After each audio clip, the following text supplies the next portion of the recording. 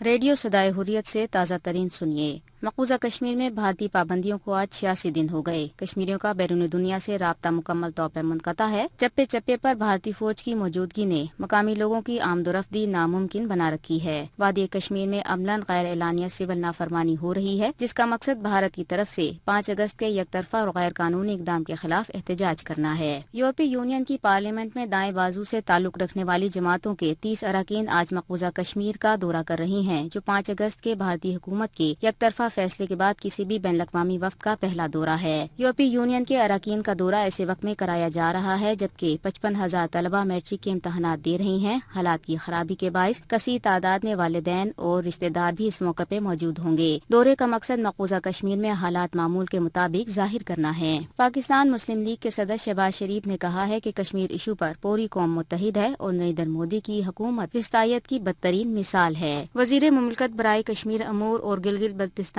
علی امین گنڈاپور نے کہا ہے کہ دنیا مقبوضہ کشمیر میں جاری انسانی حقوق پامالیوں پر خاموش ہے۔ انہوں نے متنبہ کیا کہ بھارت خطے کو جنگ کی آگ میں جھونکنا چاہتا ہے۔ بین الاقوامی برادری کو اس مسئلے کے حل میں اپنا کردار ادا کرنا ہوگا۔ کشمیر کونسل یورپی یونین کے زیر اہتمام برسلز میں بھارتی سفارت خانے کے باہر ایک اور احتجاجی مظاہرے میں بھارتی حکومت سے پابندیاں اٹھانے، کشمیر سے فوجی انخلا اور کشمیریوں کو ان کا حق خود ارادیت دینے کا مطالبہ کیا گیا۔ یہ تھا اب تک کا تازہ ترین۔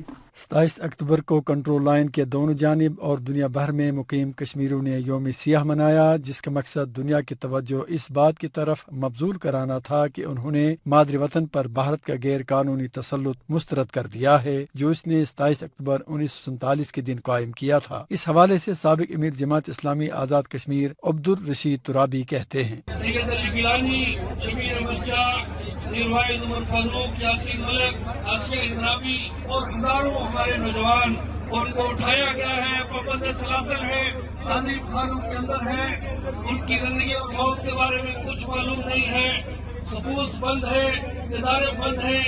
ایسی کیفیت میں یہ یوم احتجاج منایا جا رہا ہے تاکہ دنیا کو متوجہ کیا جائے کہ دنیا اس صورتحال کا نوٹس لے۔ الحمدللہ کشمیر کا بچہ بچہ پرعزم ہے کہ وہ بھارت کے سامنے، جبر کے سامنے سرنڈر کرنے کی بجائے اپنی جدوجہد آزادی کو جاری اور ساری رکھے گا۔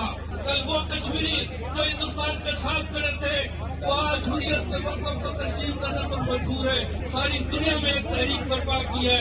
نریندر مودی نے جو موقع پیدا کیا ہے، اس سے استفادہ کرتے ہوئے انشاءاللہ آزادی کی منزل سے ہمکنار ہوں گے۔ بھارتی حکومت انسانی حقوق کی بدترین پامالیوں کی مرتکب ہو رہی ہے۔ بدترین تشدد، معاشی استحصال اور دیگر تمام بھارتی مظالم کشمیریوں کے جذبہ آزادی کو دبانے میں ناکام رہے۔